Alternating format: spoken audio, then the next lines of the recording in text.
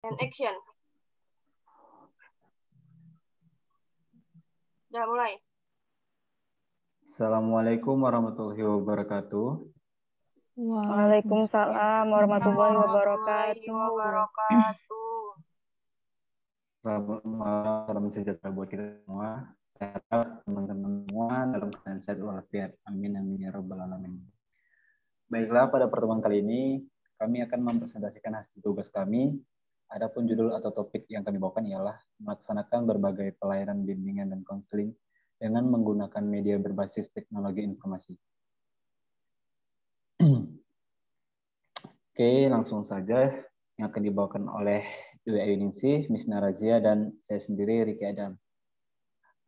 Kepada Dwi Ayuningsih, dipersilahkan.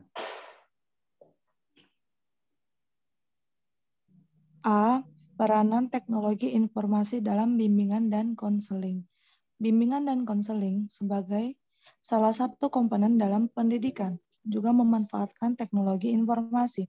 Bimbingan dan konseling sebagai salah satu bidang yang memanfaatkan teknologi informasi perlu memperhatikan perkembangan teknologi informasi untuk bisa diterima oleh masyarakat. Peranan penguasaan teknologi informasi bagi seorang konselor merupakan keharusan yang memang harus dimiliki dan tidak bisa ditawar lagi. Hal tersebut didasari oleh perkembangan teknologi informasi yang semakin maju dan berkembang. Dalam hal ini, konselor harus bisa manfaatkan teknologi dan informasi bagi pelayanan bimbingan dan konseling. Pelayanan yang dilakukan cenderung konvensional dan tidak berkembang sehingga terkesan jadul dan membosankan bagi kalangan masyarakat yang memang sudah mengenal teknologi informasi. Nah, sebagai contoh, masyarakat mengenal smartphone sebagai alat multifungsi, di mana dapat digunakan tidak hanya untuk telepon dan mengirim pesan singkat, tetapi sudah berkembang jauh. Smartphone dapat melakukan tugas penting dan mendapatkan informasi dengan cepat dan singkat. Teknologi informasi dalam bimbingan dan konseling. Bimbingan dan konseling di Indonesia merupakan layanan yang sedang berkembang dalam dunia pendidikan. Salah satu hal yang ikut berperan dalam mengembangkan bimbingan dan konseling, perkembangan teknologi informasi atau TI. Kemajuan TI ini memberikan kemudahan dalam berbagai hal. Misalnya, dapat mempermudah proses komunikasi, serta menghemat biaya jika ingin melakukan hubungan dengan orang lain yang jaraknya lumayan jauh. Selanjutnya akan dijelaskan oleh Miss Narazia.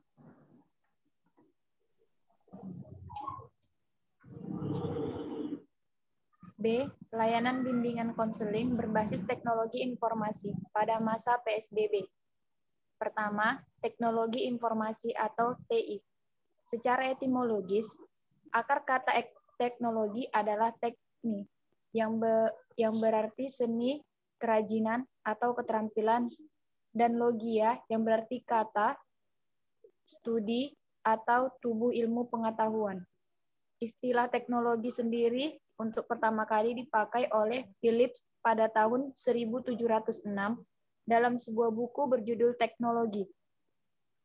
Sedangkan secara harfiah, teknologi adalah metode ilmiah untuk mencapai tujuan praktis ilmu pengetahuan terapan, keseluruhan sarana untuk menyediakan barang-barang yang diperlukan bagi kelangsungan dan kenyamanan hidup manusia. Teknologi adalah aplikasi dari pengetahuan yang berupa alat atau sarana untuk membantu peningkatan efektivitas segala hal dalam mencapai tujuan kehidupan manusia. Agar informasi tersebut dapat diolah lebih optimal, maka teknologi adalah sarana yang tepat sebagai media pengolahan informasi tersebut.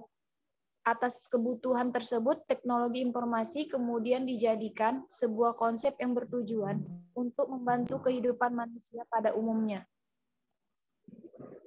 Layanan bimbingan konseling berbasis teknologi informasi berdasarkan pada penjelasan tentang layanan bimbingan konseling dan teknologi informasi di atas dapat dipahami bahwa Pada dasarnya, layanan bimbingan dan konseling berbasis teknologi informasi adalah layanan yang menggunakan atau memanfaatkan teknologi untuk membantu meningkatkan efektivitas pelaksanaan layanan bimbingan dan konseling, mulai dari persiapan, perencanaan, pelaksanaan, evaluasi, dan tindak lanjut. Pelaksanaan pelayanan bimbingan konseling adalah layanan yang berdasarkan dari hasil analisis kebutuhan melalui kegiatan asesmen kebutuhan. Asesmen adalah suatu cara untuk memahami nilai atau menaksir karakteristik, potensi, atau masalah-masalah gangguan yang ada pada individu atau sekelompok orang. Sehingga bisa dipahami bahwa asesmen adalah kegiatan yang bertujuan untuk memahami karakteristik, potensi, dan masalah siswa yang kemudian dijadikan sebagai pondasi atau landasan dalam penyusunan program bimbingan dan konseling dan penentu dari isi materi program bimbingan konseling tersebut. Kegiatan asesmen dalam layanan bimbingan dan konseling meliputi 2 area, yaitu asesmen lingkungan yang terkait dengan kegiatan mengidentifikasi harapan sekolah atau madrasah dan masyarakat, orang tua peserta didik, sarana dan prasarana pendukung program bimbingan, kondisi dan kualifikasi konselor, dan kebijakan pemimpin atau pemimpin sekolah atau madrasah.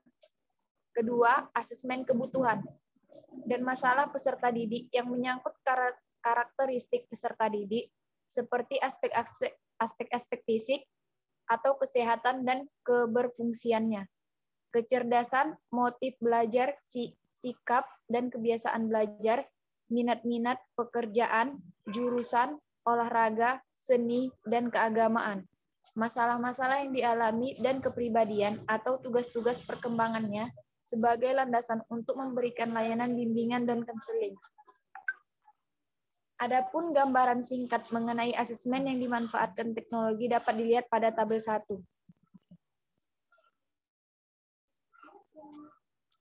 Penggunaan media secara kreatif dan inovatif akan memperbesar kemungkinan bagi siswa atau klien untuk belajar lebih banyak, memahami apa yang dipelajari lebih baik, dan meningkatkan penampilan dan melakukan keterampilan atau kemampuan sesuai dengan menjadi tujuan. Media yang dimaksud adalah alat atau sarana yang digunakan dalam pelaksanaan layanan dan bimbingan konseling online. Baiklah, selanjutnya akan dijelaskan oleh teman saya, Ricky Adam. Baik, terima kasih. Saya akan lanjutkan dari Sinarasia Rambe. Sinarasia. Kemudian bagian C, penggunaan teknologi informasi berdasarkan sifat layanan bimbingan konseling. Nah, yang pertama ada sifat layanan individual, di mana di sifat layanan individual dibagi menjadi ada 3, konseling individual, konsultasi, dan home visit. Untuk mengulang kembali, seperti konseling individual adalah proses pemberian bantuan yang dilakukan melalui wawancara konseling oleh seorang ahli konselor kepada individu yang sedang mengalami sesuatu masalah yang bermuara pada teratasinya masalah yang dihadapi kalian. Kemudian konsultasi merupakan layanan konseling yang dilaksanakan oleh konselor terhadap seorang pelanggan, disebut konsulti, yang memungkinkan konsulti memperoleh wawasan, pemahaman, dan cara-cara yang perlu dilaksanakannya dalam menangani kondisi atau permasalahan pihak ketiga. Kemudian ada home visit. Home visit bertujuan untuk memperoleh berbagai keterangan atau data yang diperoleh dalam memahami lingkungan dan siswa serta memecahkan permasalahan siswa yang mengalami kesulitan belajar saat belajar dari rumah. Adapun teknologi informasi yang digunakan seperti telepon dan video call konvensional, WA, Line, Telegram, Skype, Facebook, Messenger, dan aplikasi atau perangkat lain yang dapat menghubungkan antara guru, BK, dan siswa. Next. Yang kedua, sifat layanan kelompok. Sifat layanan kelompok dibagi menjadi ada konseling kelompok, bimbingan kelompok, konversi kasus, kolaborasi, alih tangan kasus, mediasi, dan advokasi. Konseling kelompok merupakan suatu proses hubungan interpersonal antara seorang konselor atau beberapa konselor dengan sekelompok klien. Kemudian ada bimbingan kelompok. Bimbingan kelompok adalah suatu kegiatan yang dilakukan oleh sekelompok orang dengan memanfaatkan dinamika kelompok. Kemudian konferensi kasus. Konferensi kasus merupakan sarana yang dapat diselenggarakan oleh sekolah dalam upaya untuk mendiskusikan bersama membantu siswa yang bermasalah agar memperoleh penyelesaian yang sebaik-baiknya. Kemudian kolaborasi. Kolaborasi adalah proses dua orang atau lebih entitas atau organisasi yang bekerja sama untuk menyelesaikan tugas atau mencapai tujuan. Kolaborasi mirip dengan kerjasama. Kemudian di situ ada ahli tangan kasus, di mana ahli tangan kasus merupakan asas bimbingan dan konseling yang menghendaki agar pihak-pihak yang tidak mampu menyelenggarakan pelayanan bimbingan dan konseling secara tepat dan tuntas atas suatu permasalahan klien mengalih tangankan permasalahannya itu kepada pihak yang lebih ahli. Kemudian ada mediasi. Mediasi adalah upaya penyelesaian konflik dengan melibatkan pihak ketiga yang netral yang tidak memiliki kewenangan mengambil keputusan yang membantu pihak-pihak yang bersengketa mencapai penyelesaian yang diterima oleh dua belah pihak. Kemudian di situ ada advokasi. Advokasi adalah kegiatan individu atau kelompok yang bertujuan untuk mempengaruhi keputusan dalam institusi politik, ekonomi, dan sosial. Teknologi informasi yang digunakan seperti Google Class, Schoology, dan Sisau Class, WA, panggilan dan video call maksimal 8 orang, grup perpesanan menampung 250 anggota, Telegram, dan YouTube live streaming, Facebook live streaming, Zoom, Google Meet, dan lain sebagainya. Next.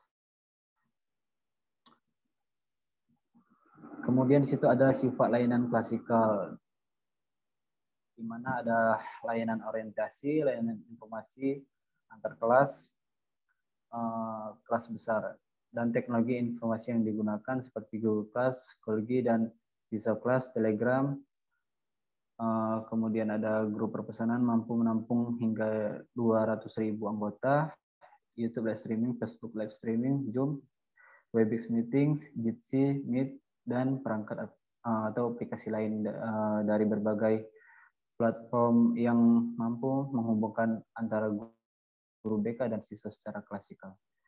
Baiklah, terima kasih kepada teman-teman. Mungkin ini saja yang dapat kami sampaikan pada presentasi kali ini. Lebih dan kurang mohon maaf. Apabila ada kata-kata yang kurang berkenan di hati teman-teman, mohon dimaafkan. Dan jika teman-teman ingin bertanya pada materi ini, teman-teman bisa langsung ke e-learning yang telah disiapkan di forum diskusi, dan juga kepada teman-teman untuk tetap menjaga kesehatan masing-masing pada masa pandemi saat ini. Cukup sekian. Assalamualaikum warahmatullahi wabarakatuh. Selamat malam. Salam sejahtera. Waalaikumsalam warahmatullahi wabarakatuh.